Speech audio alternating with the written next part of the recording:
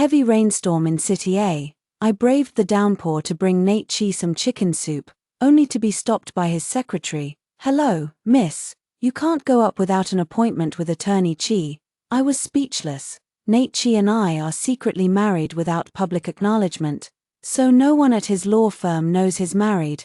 Despite my careful efforts to shield myself with an umbrella, my clothes still got soaked by the rain.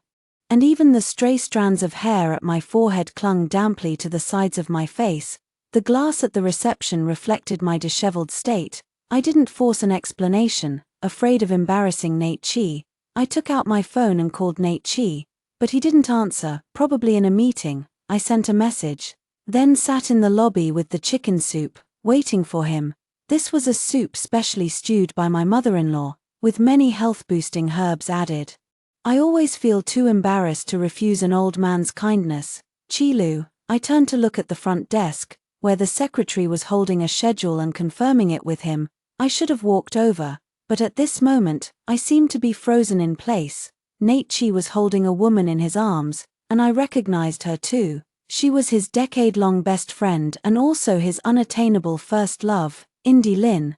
The air conditioning in the office building was set very low, and the biting cold slowly seeped through my damp clothes into my skin, reaching straight to my heart. I just stood there, watching as he walked away with Indy Lin in his embrace. The secretary finally remembered me and was about to step forward to call out Nate Chi. I declined. "Sorry, I came to the wrong law firm. It's not this Attorney Chi." In a panic, I even forgot to take my umbrella and just grabbed that thermal container before running out.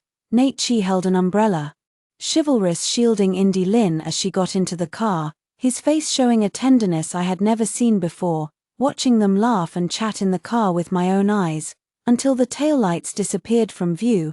I threw the thermal container into the trash and went home. My mother-in-law noticed I came back without an umbrella and asked me a lot of questions. After giving vague answers, I went straight to my room. After a hot shower, I buried myself under the blankets, letting my tears soak the pillow. I've been married to Nate Chi for 5 years, yet Indy Lin's presence has never faded. Under the guise of being a decade-long friend, what exactly has she been doing? 2 years ago, Indy Lin got married, and I thought everything would finally get better. Little did I know, they still stayed together, completely disregarding the so-called boundaries of friendship. Late at night, when Nate Chi came back and lay down beside me, I could smell the faint scent of alcohol and a subtle trace of women's perfume on him. I sat up and looked at him. "I went to the law firm today, and I saw you with Indy Lin." Without opening his eyes, he replied calmly, "Yes, Indy is getting a divorce, so she came to consult me about it." He only explained the matter with Indy Lin and didn't ask why I went to the law firm or why I didn't go in. In his heart, Indy Lin's affairs always come first, because I love him humbly. I have to endure unfair treatment, holding back tears. I still wanted to ask him, but from the pillow came the sound of steady, heavy breathing. Early the next morning, Nate Chi was tying his tie in front of the mirror, his phone on speaker beside him.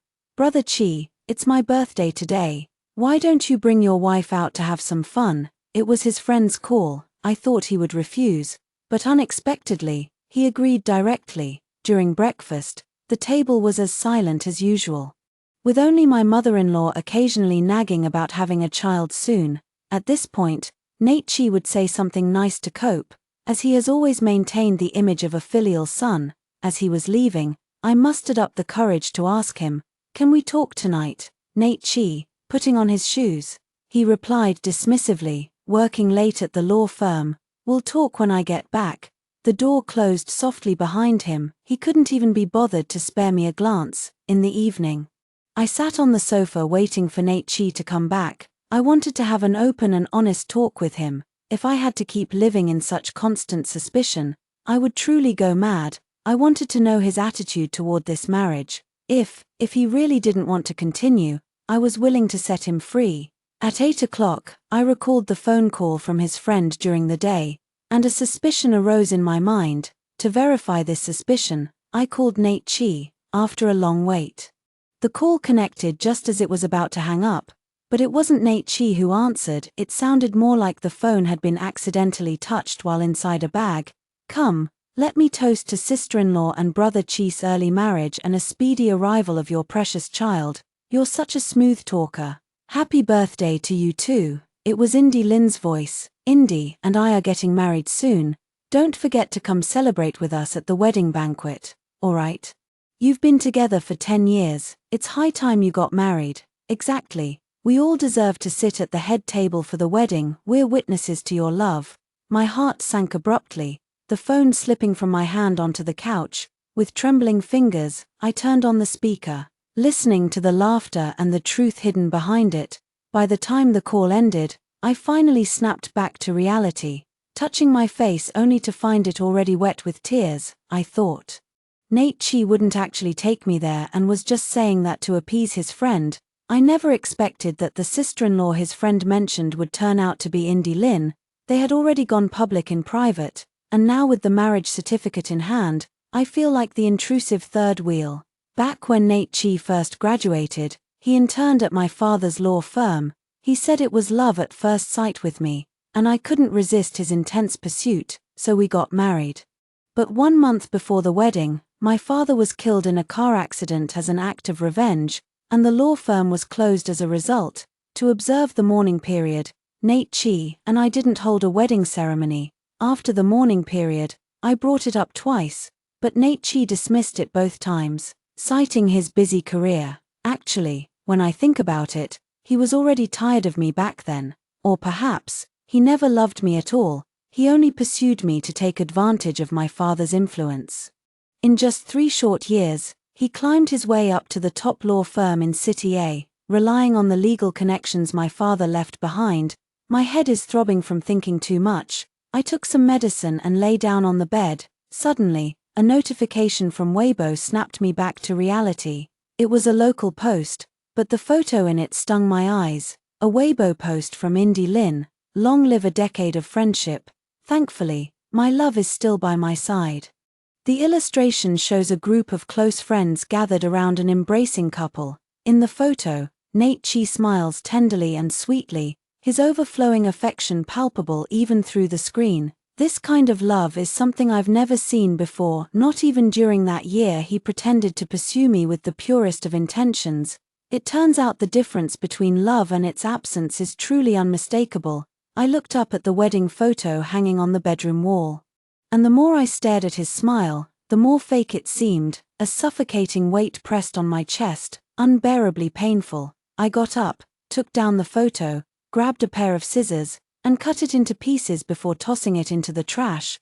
The long night stretched on, I didn't sleep a wink, and he never came home. When the faint light filtered through the gap in the curtains and touched my face, I had already made up my mind. The bedroom door was pushed open, revealing a weary-looking Nate Chi. He didn't seem inclined to explain anything to me either, uttering just a couple of words before heading straight to the bathroom to wash up.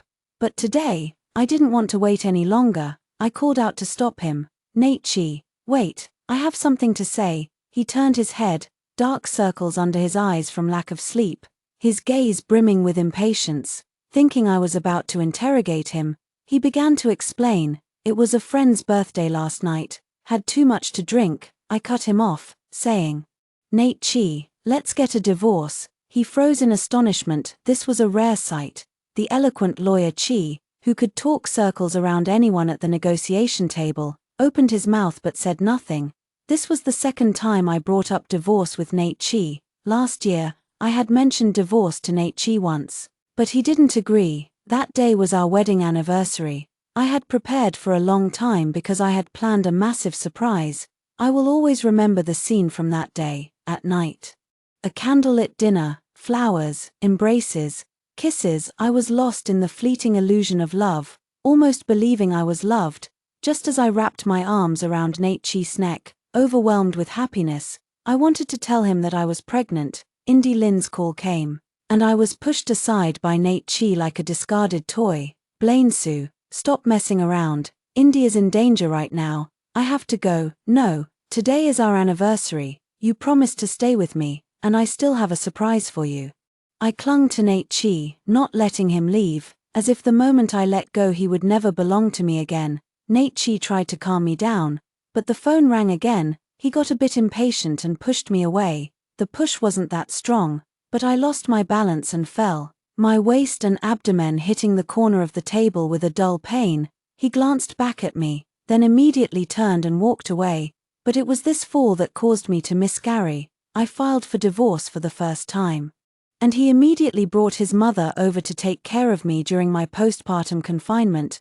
My mother-in-law is a kind-hearted rural woman who genuinely treats me like her own daughter. She repeatedly assured me that Nate Chi wouldn't make the same mistake again, or else she would disown him as her son, which is why I put the divorce on hold. This time, I wonder if Nate Chi can still live up to the promise his mother made that day. I've explained, Blaine Sue. Indy Lynn only came to me to handle her divorce case. It's not at all what you're thinking, I see. He's still determined to keep up his hypocritical act. I nodded. It has nothing to do with Indy Lynn. I just don't want to continue this life with you anymore. Nate Chi didn't seem to believe me. Thinking I was just being difficult again, he walked straight into the bathroom without another word to me.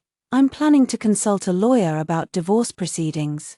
I simply can't handle my mother-in-law's earnest gaze and Nate Chi's silver tongue anymore. Hello, miss. We meet again. Do you have an appointment with Attorney Chi today? The same receptionist from a couple days ago greeted me politely. I shook my head. No, I'd like to consult about a divorce case. She smiled and said, all right. Do you need to make an appointment with Attorney Chi to handle this case? This was my first time entering the interior of a law firm, guided by the secretary. I saw Nate Chi's office as a divorce consultation client.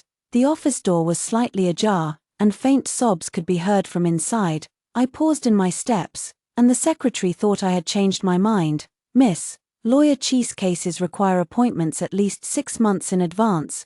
May I recommend Lawyer Chen? He specializes in divorce cases like this. I nodded. That hadn't been my intention in the first place. It wouldn't make sense for Nate Chi to serve as both the plaintiff's and the defendant's lawyer. Lawyer Chen was very professional and quickly tailored a suitable divorce plan based on my situation. He saw me off, passing by Nate Chi's office again.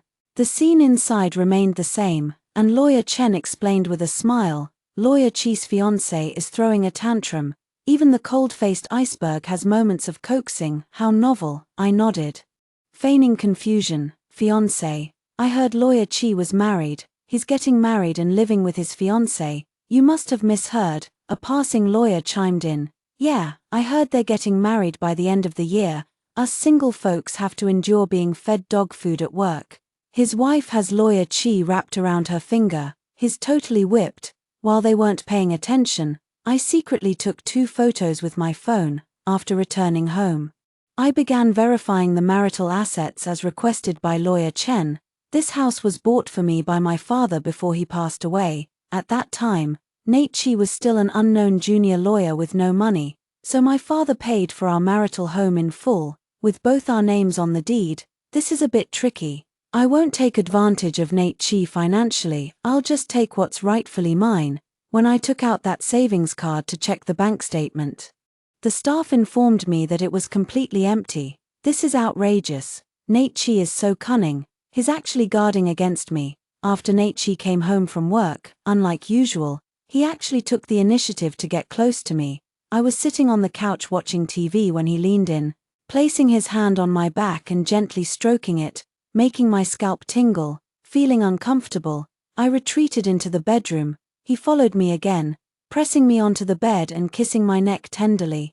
In the past, I would have responded eagerly, but now I only felt disgust. He sensed my stiffness and stopped, looking at me. Blaine Sue, what's wrong with you? Nate Chi, I want a divorce. What are you doing? Stop fooling around. I've been really busy lately and neglected you. Let's have a baby. So you won't be bored anymore, I scoffed after hearing this. Did your mother send you back to continue the family line? Is that why you're willing to get in my bed now? His face darkened. Blaine Sue, do you have to say things like that? I had no intention of continuing this pointless conversation. Pushing him away, I sat up. Did I hit the mark? Stop doing such meaningless things. Furious, he forcefully pinned me down and kissed me roughly. I bit his lip hard enough to draw blood. Get off me, now, this is marital duty. Then you're going against a woman's will, just as we were at a stalemate. Nate Chi's phone rang. No need to guess, it was Indy Lynn, at this moment. I couldn't be more grateful for her timely call. Nate Chi hung up the phone, grabbed his coat, and headed out the door. His mother-in-law called after him twice before he casually mentioned there was something at the law firm. With a worried look, my mother-in-law asked if we had argued. I didn't deny it, but I didn't want to say more and upset her. I've spent the past 2 days getting everything in order, ready to return to my hometown for a break, after Dad passed away. Mom has been living with Grandma in our hometown. I had just bought my ticket back home when I received a call from Mom. Blaine, how have you been? Mom and Grandma miss you. Mom's voice was as gentle as ever, accompanied by Grandma's soft coughing in the background. Tears suddenly welled up in my eyes, and my voice choked with emotion. Mom, I miss you too. I'll come see you tomorrow. Great. Then I'll go to the market with your grandma tomorrow to buy some dishes you and Nate like. I interrupted. No need, he's not coming back. There was silence on the other end of the phone, followed by a pause before the voice spoke again. Blaine, did you two have a fight? I knew I couldn't hide it from Mom, so I simply told her directly. Living with him is too exhausting. I'm planning to get a divorce. I thought Mom would be upset or advise me to reconsider, but to my surprise, she immediately expressed her support. Mom supports you in whatever you do, from the very beginning. I could see that you were the one putting in all the effort to maintain this relationship. I don't want you to be too exhausted, so if you want a divorce, Grandma and I will stand by you. I choked up. All these years, Mom had known everything, yet Nate Chi had turned a blind eye to all my efforts. 10 minutes before boarding the plane, I received a call from Lawyer Chen. His tone sounded hesitant, as he danced around the topic of divorce settlement options. I'm in a hurry to board the plane. So I just told him to speak his mind. Miss Sue, your husband, is Lawyer Chi. I answered without hesitation. Yes, this morning, I sent Nate Chi's address and phone number to Lawyer Chen, authorizing him to handle everything. There was a rustling sound on the other end of the phone, and the voice switched to a familiar male tone, thick with anger. Blaine, Sue, what do you mean by this? You're coming to my law firm to file for divorce. I had no desire to engage with his anger. I'd had enough of these days. Nate Chi, you've been treating me like a fool every day, transferring assets behind my back, trying to leave me with nothing. Of course, I'd go to the best law firm in City A to handle the divorce. I'm officially notifying you now. I'm serious about getting a divorce, and I'm also serious about you leaving with nothing. I hung up the phone, sent a text to Lawyer Chen, then turned it off and walked straight to the boarding gate without looking back. Lawyer Chen, I trust your professional ethics. I believe you'll handle this case impartially, separating personal matters from professional ones, whether it's the trivial colleague relationship with Nate Chi or his own career performance that's more important. Even a rookie lawyer fresh in the field could tell the difference. Besides, the divorce settlement between me and Nate Chi involves millions, and the lawyer's commission alone could be hundreds of thousands. Lawyer Chen will certainly do his job well. At the arrival's gate, I spotted my mom and grandma waving at me from afar. It had only been a year, but Grandma's hair had turned even whiter, and her back was slightly more hunched, yet her smile remained as warm and kind as ever. My nose tingled with emotion as I hugged my grandma and mom tightly. Over the past few years, I've focused all my attention on Nate Chi, forgetting to spend more time with my dearest mother and grandmother.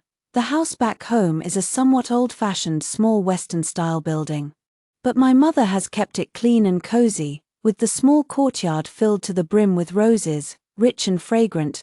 The cool breeze of early autumn lifts the sheer curtains in the living room, and little Fuguai comes running toward my feet, excitedly rubbing against my legs. I pick it up and raise it high, and it happily licks my hand. Little Fugu is the puppy I raised, who had actually always been by my side, but Nate Chi has rhinitis. And even a tiny bit of dog hair is enough to make him miserable. For the sake of the dog, I once argued with him, but in the end, I compromised and sent the dog back to my hometown. I kissed little Fugu's head and whispered in its ear, "I'm sorry, I still didn't manage to do better." It tilted its head, seemingly sensing the sorrow in my heart, then rolled around on the floor in circles to cheer me up. I smiled at it, patted its little head, and felt a warmth rise in my heart. Blaine, Come wash your hands, it's time to eat. Smelling the aroma of the food, little Fugue ran even faster than I did. After getting home, Mom and Grandma didn't mention Nate at all, only asking about my future plans. I hugged my mom and cooed, "No plans for now, I just want to spend more time with you." Grandma patted my head and said, "Good boy, you can stay by Grandma's side for a lifetime if you want. I'll support you with my pension." That night, when I turned on my phone, I received a text from an unknown number. "Hello, Blaine Sue, I'm Indy Lynn. Don't misunderstand my relationship with Nate, he's just handling my divorce case, which is why we've been in closer contact recently. I hope you don't misunderstand." Her explanation, which only served to make things more obvious, amused me. I sent her the photo I took at the law firm that day, showing the two of them in a sweet embrace. MS, Lynn, I won't misunderstand, but that doesn't mean others won't. Just after sending it, Indy Lynn called. On the phone, Indy Lynn, unlike her usual pretentious demeanor, let out a soft laugh. "Blaine Sue, I thought you were mute. Turns out you can speak after all. Nate never acknowledged you publicly all these years, and you endured it. What, can't take it anymore now?" I wasn't angry either. I don't plan to endure it anymore. I'll clear the title of Mrs. Chi for you. But even if I give it to you now, you can't take it, can you?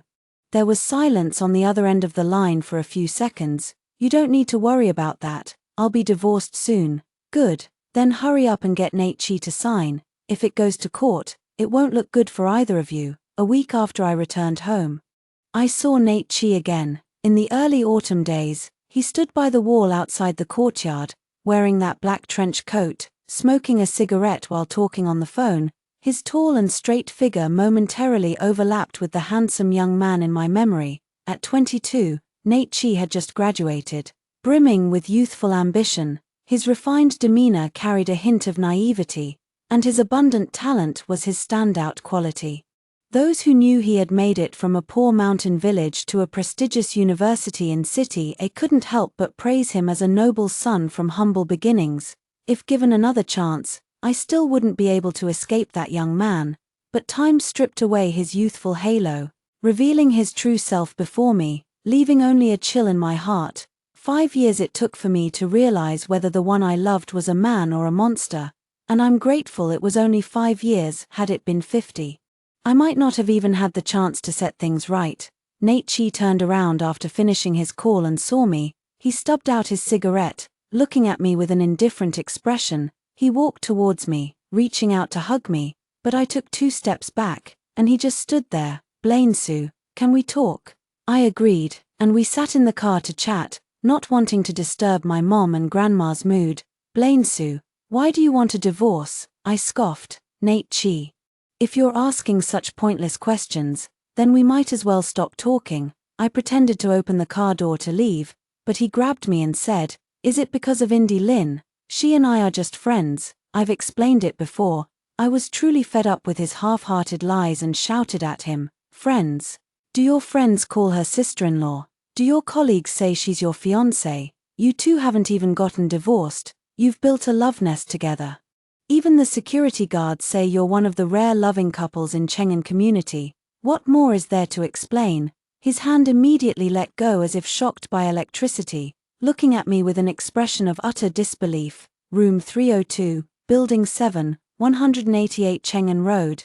Does it ring a bell?" Yes, I followed Nate. It was Attorney Chen's suggestion to ensure Nate leaves with nothing. Having solid evidence of bigamy would mean the case is halfway won. His throat tightened, voice hoarse. "She said her husband would beat her when drunk, so I rented her an apartment. It wasn't a love nest." Does it have nothing to do with me anymore? You just need to sign, and I'll only take my share of the property. This divorce agreement is nothing but beneficial for you." "No, I won't divorce you, Blaine Sue." Ignoring his heartfelt acting, I got out of the car directly. He chased after me, still trying to say something, but I stopped at the door without turning back. "If you dare to follow me in, tomorrow our marriage certificate will be made public at your law firm." He stopped in his tracks. The second day after Nate left, I had my first face-to-face coffee with Indy Lynn. She wasn't as domineering as she had been on that phone call, but her opening words still shocked me. I'm pregnant. And my husband refuses to divorce me after finding out. I found it amusing. Then why are you telling me this? Because the child is Nate Cheese. I wasn't surprised at all, and even with a gossipy mindset. I turned on my phone's recorder to listen to her story slowly. What would you like me to do for you, Miss Lynn? Divorce Nate Cheese? I'd love to. But he wants me to leave with nothing. That's absolutely impossible. I'll compensate you financially, as long as you divorce him. My fingertips lightly tapped the rim of the cup as I raised my eyes and asked, Miss Lynn, how much can you compensate me? Nate Cheese is now worth tens of millions. Can you match that? From what I know, your husband is just an ordinary salaried worker, isn't he? How much of the assets did you even get? You might as well go back and use this child to pressure Nate Cheese. As long as he takes a step back with me, I'll take a step back too. Indy Lynn, seeing that she couldn't reason with me, showed a look of embarrassment and annoyance, unwilling to continue the back and forth with her. I paid the bill and left. Lawyer Chen contacted me, saying Nate Cheese was willing to have a public mediation session first. I agreed and immediately bought the earliest flight back to City A, hoping to resolve everything in one go. At the negotiation table, Nate Cheese agreed to the divorce and to splitting the marital assets equally. I looked at his hypocritical display of benevolence and couldn't help but smile. Attorney Cheese, you've transferred assets and still want to take half of the property. Is this your attitude in today's negotiations? I didn't transfer anything, it was to repay debts. My mother incurred many debts to raise me. I pushed a stack of photos and a voice recorder toward him. His gaze quickly fell on the top photo, and his brows suddenly furrowed.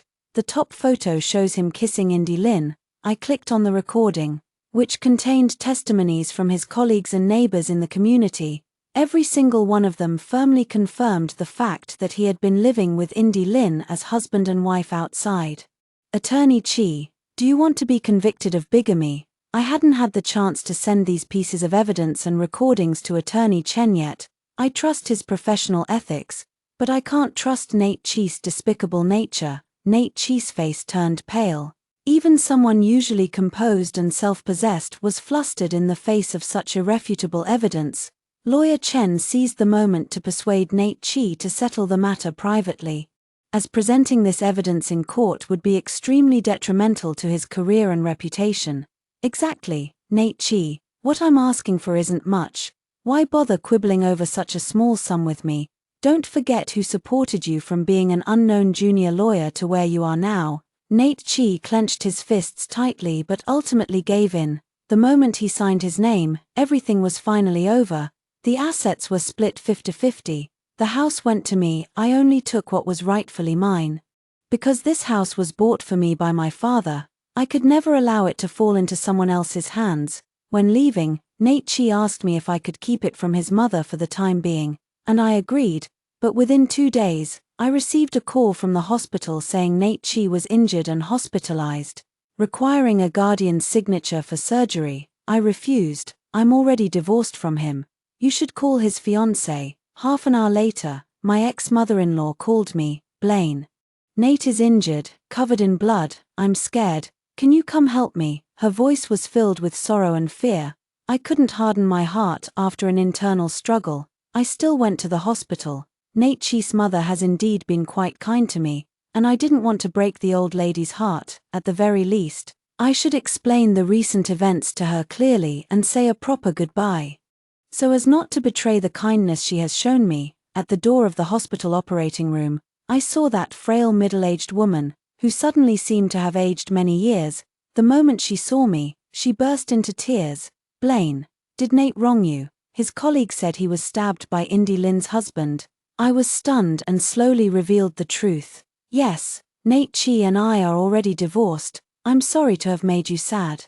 She lowered her head like a child who had done something wrong and murmured to herself, it's me, it's my fault for not raising him well. Indy Lynn broke up with him in high school because she thought he was poor, yet he still fell for her and ruined his own happy family. I comforted her. Don't blame yourself, it was all his own choice. At that moment, Nate Cheese was wheeled out, still unconscious.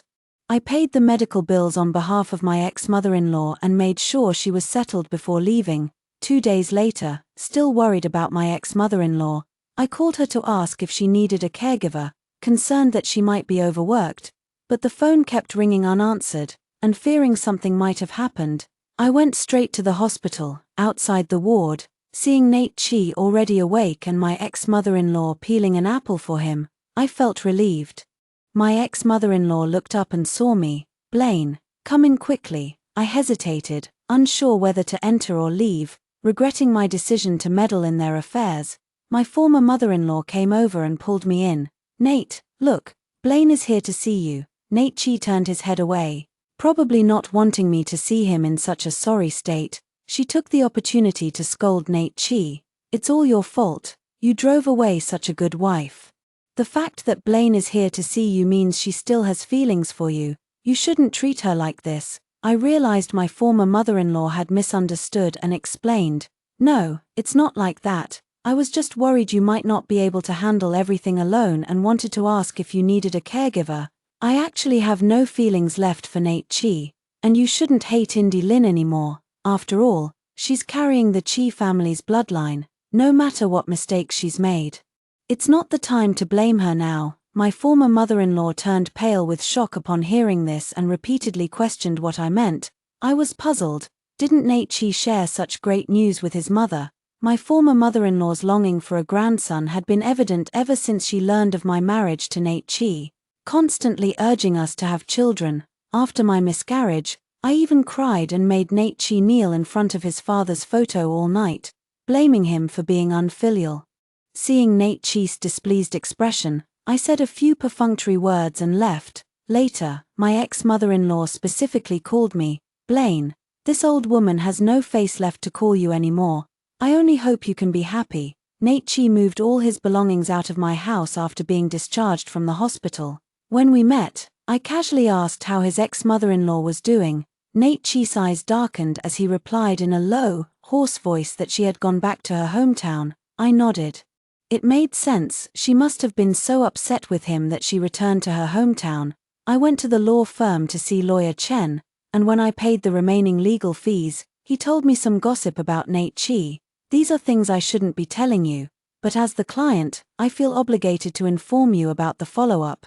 Nate Chi's actions are truly inhumane. Everyone at our law firm thought Indy Lin was his fiancée, and the key point is he never denied it, looking back. When people teased them about it, he didn't admit it either. This guy is really shady." After Indy Lin's husband came to the firm and stabbed Nate Chi, the higher-ups used the excuse of letting him rest to put him on unpaid leave, because his behavior was just too disgraceful. Indy Lin has come again to file for divorce, this time directly suing because her husband beat her so badly she miscarried. When my colleague went to negotiate with her husband, they almost got hit too. I wasn't surprised by this outcome, and incidentally cleared up Attorney Chen's confusion, because Indy Lin's child was Nate Chi's. He suddenly understood, slapping his thigh. "No wonder. I was thinking, even a vicious tiger wouldn't harm its own cub. How could her husband be so ruthless?" So that's what happened. After leaving the law firm, I felt incredibly relieved. During this time, I interviewed with several companies and received an offer from one that I really liked. Once I started working, it truly felt like a new chapter in my life had begun. One day after saying goodbye to my colleagues, I ran into Nate Chi downstairs. He said he wanted to talk to me, and without a second thought, I refused. Yet he blocked my path. Annoyed, I snapped at him, "What do you want?" "I don't think we have anything left to talk about, Blaine Sue. Can you forgive me?" I replied dismissively. "Fine, I forgive you." Then I tried to walk away, only for him to grab me again. "Then can we remarry?" I looked coldly at Nate Chi. How could he be so shameless, with absolutely no bottom line? I sneered, "Nate Chi, after trying the daily grind with your white moonlight, did you realize I'm easier to bully, serving you like a lord? So now you remember my good points again. But why should I remarry you?" Nate Chi shook his head and explained, "No, I realize that I do love you. I was a jerk before, and I'll never find someone who loves me as much as you do. I can't go on with Indy Lin anymore. I used all my savings to pay off her gambling debts from the divorce, and then she started looking down on me for being broke and useless. even pushing me to take unethical cases against my conscience. That's why I got a warning from the law firm and was suspended for a month." I slapped his hand away and said fiercely, "So that's it, you deserved it, Nate Chi. Don't come looking for me anymore. You make me sick. If you keep harassing me, I'll call the police." Nate Chi watched Blaine Sue's retreating figure, feeling a dull ache in his heart. He knew he had completely lost that girl who had loved him wholeheartedly, that foolish girl who was willing to sacrifice for him and endure hardships by his side. He wanted to make amends, but it seemed too late. Those who loved him had all left. Indy Lynn was his first love, a ray of light that brightened his difficult high school years. Even after she broke up with him and chose a wealthy heir, he still loved her. He thought he had always loved Indy Lynn. After meeting Blaine Sue, he actually looked down on this kind of spoiled rich girl who relied on her privileged family background, but he needed the help of Blaine Sue's father, as connections are the most important thing in the legal profession. So for the first time, he went against his conscience to get close to Blaine Sue. She was just too easy to fool. Soon, he gained the trust of Blaine Sue's father and became the top figure at Sue Law Firm.